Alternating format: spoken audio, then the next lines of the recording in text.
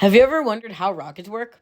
I have too, and I found out there are a lot of different factors, including the engines, the aerodynamics, and the launch trajectory, and so much more that we're going to cover in this video and possibly more videos in the future. So to start things off, we're going to be talking about the engines. There are multiple different types of engines and ways to have them work. But to start things off, we're going to start off with just the basics. A rocket engine works with essentially using two fuels that react with each other, resulting in an explosion. And they all use a method of pushing these two fuels into a chamber where they will meet and explode. The faster the fuels are pumped into the chamber, the more thrust that the rocket produces. Now, this explosion is forced through a small valve, and all the pressure that built up because of the explosion pushes downwards, resulting in upward thrust of the rocket.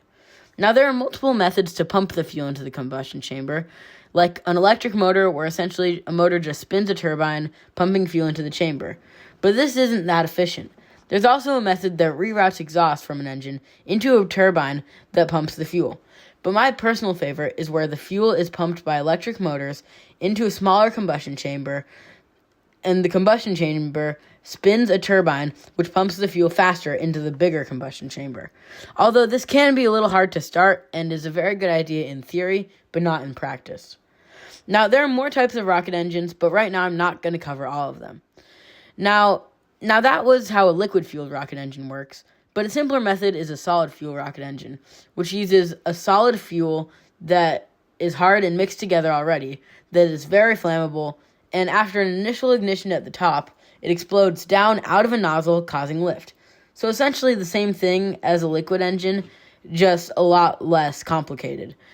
And now, this is really great and efficient, but the thing about this engine is that it can't be throttled. It can't be shut off once it turns on, and this is different for a liquid engine, which they can control the amount of fuel going into the engine. Now, this can make it very difficult to use in some situations, and only really makes it useful for a first-stage booster.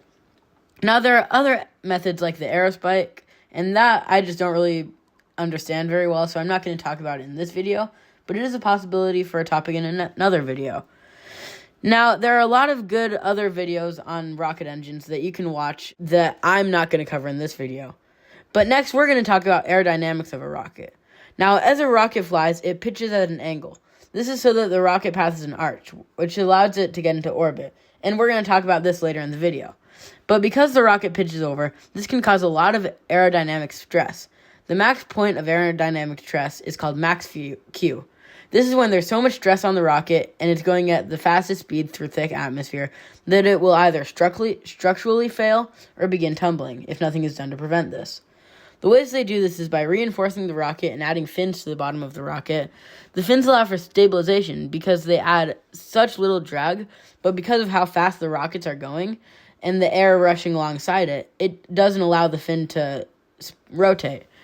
Now, how does a rocket stay in space as well? Once the first stage runs out of fuel, it's now dead weight, and it drops loose of the rocket and splashes back to Earth.